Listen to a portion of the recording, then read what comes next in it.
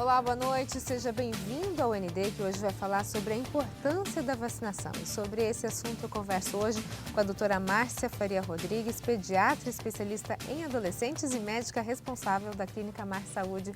Tudo bem, doutora? Seja muito bem-vinda. Tudo bem, obrigada pelo convite, Roberta. Boa noite para todos. A gente vai falar um pouquinho sobre a importância da vacinação. Doutora, eu gostaria de começar falando sobre a vacinação com pessoas de mais de 60 anos. O que a gente pode falar sobre a importância de se vacinar idosos? Nós sabemos que nós temos um sistema imunológico, que é o nosso sistema de defesa que vai combater as doenças. E o nosso sistema imunológico, ele também vai ficando idoso, que engraçado, né? Não é só nossa pele, nosso cabelo que muda, os nossos anticorpos também se enfraquecem. Isso faz com que a gente fique mais predisposto a várias doenças. Nós estamos tendo experiência aí com o coronavírus, não é? Que a gente praticamente não tem caso abaixo de 19 anos, casos de morte em crianças a gente ainda não teve reportado nenhum, não é? A gente espera que não tenha nenhum. Mas acima de 60 anos vai aumentando, acima de 70 ainda mais, acima de 80 ainda mais, tem muitas mortes nessa faixa etária. Por quê?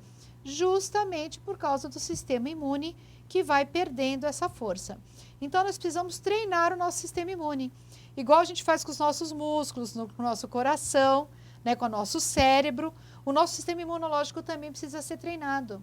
E as vacinas são justamente o treinamento do nosso sistema imunológico. Agora, a gente pode dizer, doutora, que de repente uma criança que tenha essa carteira de vacinação completa, ou seja, ela obedece todos os critérios, ela vai ser um idoso mais saudável? Tem ligação no final da vida? Tem, com certeza. Por quê? Porque quando você se alimenta bem, você dorme bem, você faz atividade física na infância, todo o seu sistema imune vai crescer melhor, porque você não esteve doente, não é? Então, isso é importante para que a gente seja um idoso saudável. Nós tivemos um congresso de pediatria uns 2 ou 3 anos atrás, que falava, né, pediatria para quem vai viver 100 anos. Então, o idoso saudável começa aqui no pediatra, onde nós vamos estabelecer não só todo o nosso organismo, um cérebro bem formado, ossos bem formados, né, como por exemplo o cálcio. A gente sabe que quando a gente é criança e adolescente, nós fazemos uma reserva de cálcio que vai ser usado no idoso. Então, uma criança que cresceu saudável vai ter menos osteoporose e vai ter um pulmão melhor, aquele que não teve pneumonia, que teve menos gripes, enfim. Então, tudo isso que a gente faz na infância vai influenciar diretamente no idoso. Mas vou te dar uma coisa muito importante na vacinação da criança, que vai influenciar diretamente no idoso, que é a varicela, a tal da catapora. Tanta gente fala assim, né? Para que vacinar contra a catapora? É uma doença de criança. Sim, é uma doença de criança que além de causar mortes, né?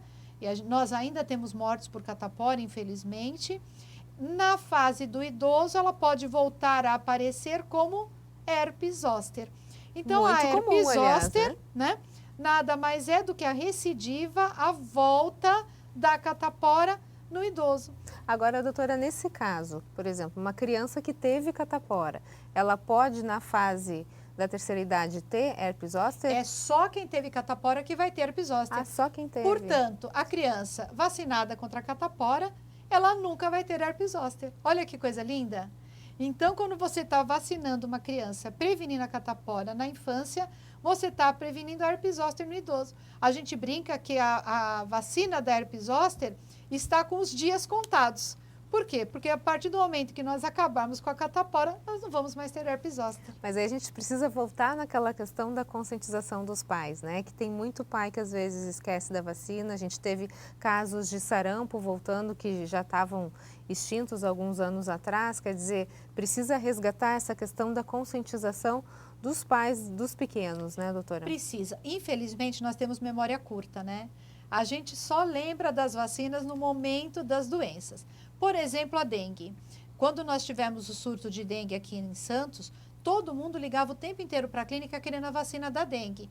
Os laboratórios correram atrás, como estão correndo agora atrás da vacina do coronavírus. A vacina da dengue está disponível.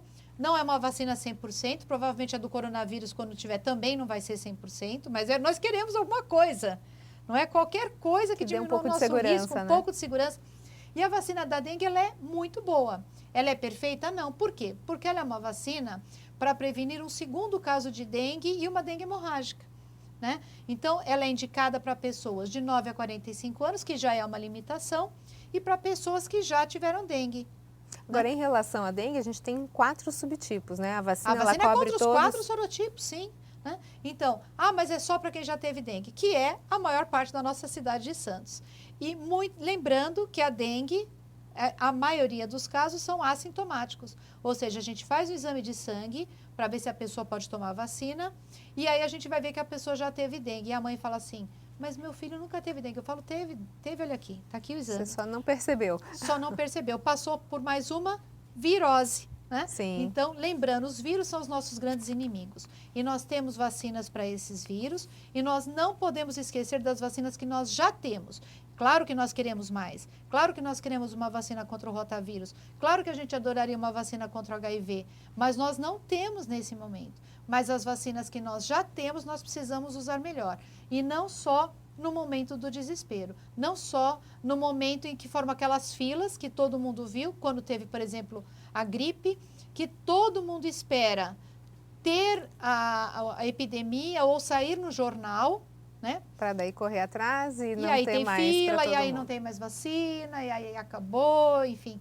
Então, a gente tem que aprender a usar vacinas como ela deve ser usada, ou seja, como prevenção e não como apagar incêndio, não é? Ok, a gente vai para um rápido intervalo e na sequência a gente fala um pouquinho mais sobre a importância da vacinação. Eu volto já já. O ND está de volta e o nosso assunto de hoje é a importância da vacinação e sobre isso eu converso com a doutora Márcia Faria Rodrigues, pediatra especialista em adolescentes, médica responsável da Clínica Mar Saúde. Doutora Márcia, a gente está falando sobre as vacinas para a gente entender, existe diferença entre a vacina que é oferecida na rede pública e na rede particular? Existem sim, Roberta. O que acontece? As vacinas, elas, como a gente falou do coronavírus, né? Os laboratórios estão correndo atrás de produzir. O tempo inteiro elas estão melhorando e estão protegendo contra mais doenças. Só que até você conseguir com que essa vacina nova, mais moderna, faça parte do calendário vacinal do governo, isso leva um tempo. Elas vão acabar aparecendo. Por exemplo, a vacina contra a meningite meningocócica do tipo C. Ela estava disponível nas clínicas desde 1999 e ela só entrou no sistema público de vacinação em 2010, ou seja, 11 anos depois. Então, não é que o governo não achava a vacina importante. Tem gente que fala assim, se a vacina fosse importante, ela estaria no governo. Não é por isso. O governo sabe que é importante. Só que nós temos que pensar que quando eu estou vacinando os seus filhos, Roberto, os meus filhos, eu estou pensando em uma criança, em uma dose ou 2 doses para fazer. Quando a gente pensa em termos de governo, nós estamos pensando em 210 milhões de pessoas para ser protegidas. Então, surgiu uma vacina nova, por exemplo, contra coronavírus. Eu não sei se alguém já assistiu aquele filme Contágio, com a Gwyneth Paltrow. Eu aconselho de assistirem, que é excelente, vale para a situação que nós estamos vivendo do coronavírus, e explica muito bem o que é a vacinação. Quando um laboratório consegue fazer uma vacina, você veja bem, você acha que ele vai conseguir fazer de uma hora para outra 210 milhões de doses? Impossível. Não. E não é só o Brasil que existe, nós temos todo o planeta, são 7 bilhões de habitantes no planeta. Então, obviamente, que isso vai demorar para você conseguir atingir todo mundo. Infelizmente, durante esse período, poucas pessoas vão ter condições de serem vacinadas. Mesmo o governo, quando consegue introduzir uma vacina, por exemplo, vacina contra a gripe, o governo, no ano passado, comprou 55 milhões de doses de vacina contra a gripe. Isso não é segredo, isso está na internet, isso é um dado aberto, né? Então, são 55 milhões. Nós somos 210 milhões. Portanto, nós vamos ter que escolher quem são os 25% da população que vai ser vacinado. Nós não temos vacina para todo mundo. Então, daí o governo vai estabelecer prioridades, que é o que qualquer pai de família faz. A gente faz, a questão das crianças, dos idosos. Exato, a gente vai fazer isso. Então, o governo começou vacinando os idosos, que assim como o coronavírus, a influenza também sempre matou mais os idosos, né? Então, começou pelos idosos. Com o aumento da produção, com a melhoria da produção, eles começaram a vacinar as crianças menores de 2 anos. Melhorou um pouco mais a produção, começamos a vacinar os profissionais de saúde e as gestantes. Melhorou um pouquinho mais, esse ano nós já vamos poder vacinar também as crianças até os 5 anos de idade. Então, nas clínicas particulares, não. Você vai lá e paga e faz para você, faz para mim, faz para quem você conseguir comprar. Isso também tem limite. Por exemplo, nesse mesmo ano em que o governo conseguiu 55 milhões de doses de vacina contra a gripe, para o sistema particular, ou seja, para as clínicas particulares, empresas que vacinam seus funcionários, etc., foram disponibilizadas 5 milhões de doses para o Brasil. Ou seja, 1/10 do que o governo é capaz de vacinar. Então, para você ver que coisa maravilhosa que é o nosso sistema público de vacinação. Mas essa demora é que é preocupante, né? Então, hoje nós até temos... chegar, né, a quantidade de vacinas. Exatamente, até ter para todo mundo, ou às vezes não chega nem a ter para todo mundo. A vacina, algumas vacinas, por exemplo, às vezes são 2 doses, o governo dá uma para cada um, para poder todo mundo ter um pouco, enfim, para que a gente possa casos, viabilizar. todo mundo tem um pouco, mas a eficácia? A eficácia sempre fica comprometida. Por exemplo, uma dose de vacina contra a catapora, ela tem 70% de eficácia para qualquer tipo de catapora. Se você fizer as 2 doses que são preconizadas pela Sociedade Brasileira de Pediatria e pela Sociedade Brasileira de Imunizações, essa proteção vai a mais de 90%. Você entendeu? Então, às vezes, a gente tem que fazer isso para poder vacinar uma maior parte da população. Novamente, o governo agora conseguiu doses para conseguir colocar uma segunda dose de vacina contra a catapora, que vai ser feita ao entrar na escola, né? Aos 5 anos. Então, que é um momento de maior contágio, vai ser feito. Na Sociedade Brasileira de Pediatria, na Sociedade Brasileira de Imunizações, que é o que seguem as clínicas particulares, essa vacina é feita antes dos 2 anos de idade. Tá tramitando no Congresso, que foi aprovado, até se eu não me engano, acho que é um projeto de lei do deputado estadual Kenny Mendes, que agora, a partir do ano que vem, a criança que não tiver a carteirinha de vacinação completa, ela não pode fazer matrícula escolar. E aí está valendo isso para as escolas públicas e escolas particulares. É uma forma da gente tentar incentivar que essa garotada toda tenha carteira de vacinação completa, né? É muito importante porque, assim, nós temos hoje 15% das crianças que não fizeram a vacina dos 5 anos de idade. 15% é muita coisa. Sim. Né? E a maioria... contaminação, né? Quando a gente entra, coloca essa criança na escola... Mas é porque esquece, viu, Roberta? Não é porque não quer fazer, não. Esquece, deixa passar. Quantas mães que chegam orgulhosas com a carteirinha de vacina? Eu falei, mas por que não fez a de 5 anos? Ela fala, como assim? Eu não fiz, doutor? Eu fiz. E aí ela vê que não fez. Não fez. Né? Surpresa, né? Pois é, surpresa. E aí, essa carteirinha foi pedida na escola.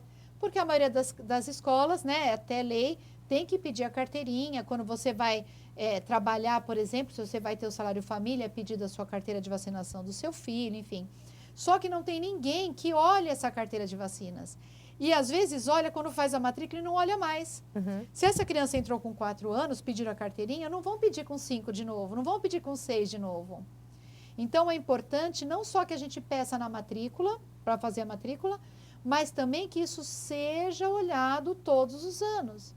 Porque existem vacinas para cada uma das idades e nós precisamos ver se essas crianças foram vacinadas. Inclusive para os adolescentes, né? A gente fala muito das crianças, dos idosos, mas adolescentes também. São os mais difíceis de serem vacinados, são os adolescentes. Idoso é uma gracinha, né? Eles fazem fila, brigam, eles vão, tomam as vacinas direitinho, são preocupados, né?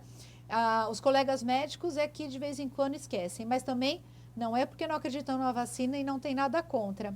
Mas eles me encontram na rua, lembram, né? Olha para mim, acho que está escrito assim, vacina. Márcia das vacinas, né? E fala assim, escuta, eu preciso ir lá, tem vacina da herpes zoster, tem vacina da pneumonia, tem, puxa, eu estou atrasada, eu preciso ir lá. Então, é realmente que nós precisamos melhorar esse hábito. O adolescente tem a questão do medo, né? Agora, a criança não tem medo de vacina, Roberto? Fala a verdade. Eu que sei que tem, porque para as minhas tem que ser 4, 5 segurar. E você levava segurar. Com medo e tudo, não é? Sim. 4 e 5 para segurar? Quantos precisa para segurar um adolescente? Ixi. Não é? Agora, dor é uma coisa interessante, né? Para fazer tatuagem, enfiar piercing na língua. Não tem problema nenhum, não né? Não é? É incrível isso. Eu acho mudar o mindset dessa garotada, exatamente. Né, Márcia? E aí nós temos que entrar com a autoridade paterna, que é o que você fazia com seus filhos 2, 3 para segurar. É isso aí, mas vai, né? Mas vai. A gente vai para um rápido intervalo e na sequência a gente fala um pouquinho mais sobre vacinação. Eu volto já já. O ND está de volta e o nosso assunto de hoje é a importância da vacinação e eu converso com a doutora Márcia Faria Rodrigues, pediatra especialista em adolescentes e médica responsável da Clínica Mar Saúde. Doutora, a gente está falando sobre vacinação, falamos sobre a questão das crianças, dos adolescentes, e eu gostaria de falar sobre o grande problema da vacina, que eu acho que é o medo da agulha. Como enfrentar isso? É complicado, né? Porque medo é muito difícil, é de cada um sabe, eu tenho medo de barata, é difícil explicar como é que eu tenho medo de um bichinho daquele, né? Mas a gente tem os medos. Nós já tivemos um rapaz, por exemplo, ele ganhou uma bolsa para ir para a Austrália estudar e precisava fazer a vacina da febre amarela, senão ele ia perder a bolsa. Ele teve que fazer terapia, a psicóloga foi junto na clínica. Para tomar a vacina? Para tomar a vacina da febre amarela. A gente tem muito desmaio, a gente faz vacinação em empresa, desmaia. As meninas, lembra as meninas de Bertioga? Foi pânico. Sim. Né? E é engraçadíssimo, a gente tem um slide muito interessante, porque uma está tomando vacina aqui, a outra está desmaiando no final da fila já, né? Porque ela já sabe que ela é a próxima. Então, é bastante interessante. Nós temos uns casos, assim, são piadas na clínica em relação a isso, né? Outro dia um menininho... Agora dá para burlar o medo, né? Tem algumas técnicas? Tem um monte de coisa, a gente tem tudo lá na clínica. Tem um óculos de realidade virtual, não sei se você já pôs o óculos de realidade virtual. Então você põe e está ali contando uma historinha, que o menininho vai receber o poder do fogo, e aí ele vai conseguir matar os monstros e tal. É muito lindo. Sua filha usou, né? Para distrair enquanto toma a vacina. E nem percebeu que tomou vacina. Só que quando a criança tem muito medo, ela põe o óculos virtual, ela fecha o olho. Quer dizer, não vê nada. Ela não vê nada. Ou então, o óculos virtual você tem que olhar, você tem que ver o bichinho, ver o que está acontecendo, cadê o monstro que eu vou matar?